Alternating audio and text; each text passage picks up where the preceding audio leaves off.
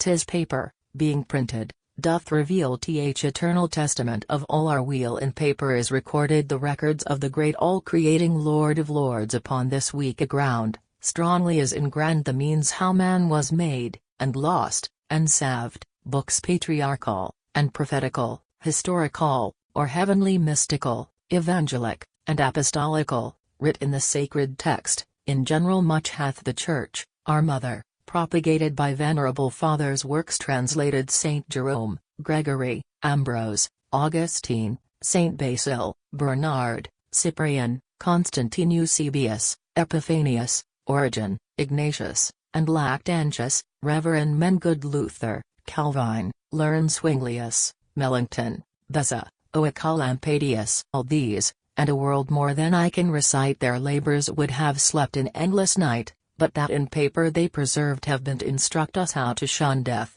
hell, and sin. How should we know the change of monarchies, th Assyrian, and the Persian emperors, great Alexanders, large, small lasting glory or Rome's high Caesar's often changing story? How should chronologies of kings be known of either other countries, or our own, but that Josephus, and Suetonius Polydore, Virgil, and Erentlius, Seneca, and Cornelius Tacitus with Scaliger, and Quintus Curtius, Plutarch, Guicciardine, Gallobelgicus Tomasio, and Hector Betius, Fox, Copper, Froissart, Grafton, Fabian, Hall, Hoveden, Lanquet, Slyden, Buchanan, the Reverend Learn Camden, Selden, Stowe, with Polychronicon, and Speed, and Howe, with Barris, Malmesbury, and many more whose works in paper are yet extant store. Philemon Holland, famous for translation hath, with our own tongue, well enricht our nation Aesop,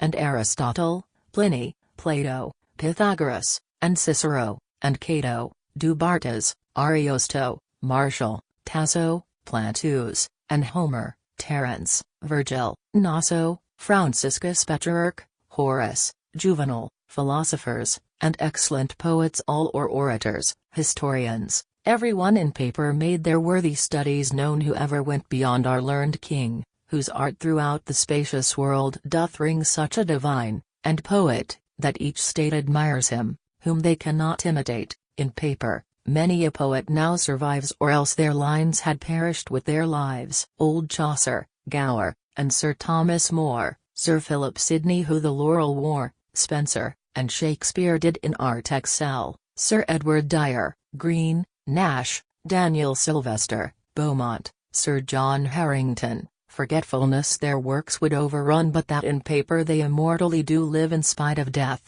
and cannot die, and many there are living at this day which do in paper their true worth display, as Davis, Drayton, and the learned Donne, Johnson, and Chapman, Marston, Middleton, with Royle, Fletcher, Withers, Messenger, Haywood, and all the rest. Where'er they are, must say their lines, but for the paper sheet they had scarcely ground whereon to set their feet. Acts, statutes, laws, would be consumed and lost all right and order, topsy-turvy toast oppression, wrong, destruction and confusion, were it not for paper, were the world's conclusion negotiations, and embassages, maps, cart, discoveries of strange passages, leagues, truces, combinations, and contracts, laws, natural, moral, civil, and divine, de-instruct, reprove, correct, enlarge, confine all memorandums of past ages, sayings and sentences of ancient sages,